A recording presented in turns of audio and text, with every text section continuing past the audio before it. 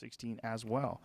And I think that, and quite a number of American states have made cannabis legal. yes, that's, I think, It's a huge development. it's also it's going to be a big factor in our cultural evolution. It really will. Well, it was a big factor.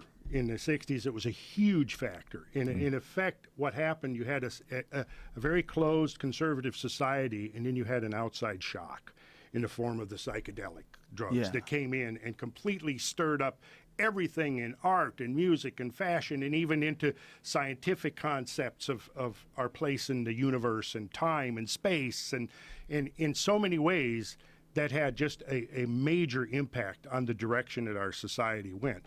And what would be the equivalent today of our existence? But either way, it's a waking up of humanity, and that is in process. It's happening. That is in process now. Look, as a Brit, observing what's been happening in America as an outsider, I'm enormously encouraged by the legalization of cannabis movement that is taking place here, and what it all means.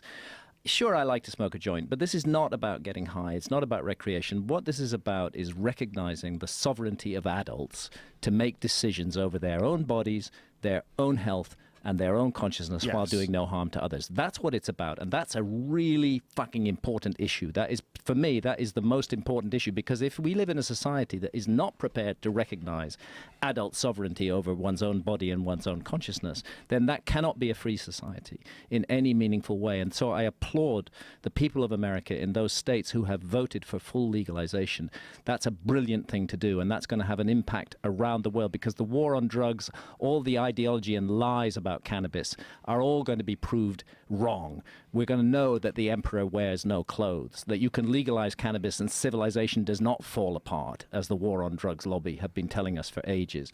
It's going to change everything, and it's a beautiful thing because it's the American people, whereas the American state, America as a governmental state presence on the world stage, has been the dark force behind the war on drugs. So it's for me a beautiful thing that it's the American people, state by state, who are winding that back and saying, we will not put up with this shit anymore. I think what you were talking about earlier is really important too. We were talking about different factions of our civilization are creating, to this day, they're still creating disinformation and still trying to mislead people. But I think that goes to what we were talking about before, where it's a system and systems protect themselves. Oh, yeah. And I think they develop almost a consciousness of their own. It's scary in a way. Yeah. Big bureaucracies, armed bureaucracies, they got a kind of personality. Well, even when there's no financial stake in it, there's just a social stake, like what you're seeing right now with the left versus the right. Yeah. Like there's some people, like my friend Wanda Sykes just got booed off stage at some thing last night, apparently, where she went on some anti-Trump rant, and people got super upset at her. There's these systems that are in place. This almost like wanting to fight. Like it's not. It sets us up in this bizarre team mentality where this left protects its ideas of the future and the right protects its ideas. And I'm watching these people go at it back and forth on social media, and it's toxic. And I don't like to use that term because it's so compromised by, toxic sexuality or toxic masculinity. There's so many uses of that word in our culture. But I think that this desire to fight with each other. Yeah, and be deeply unpleasant and say really horrible, hurtful, ghastly things. You see it so often in really, vile. And from the left, too, as well as the right. The left is supposed toxic. to be the people Toxic's the right word. Exactly. And I think that we have to resist the urge to fight.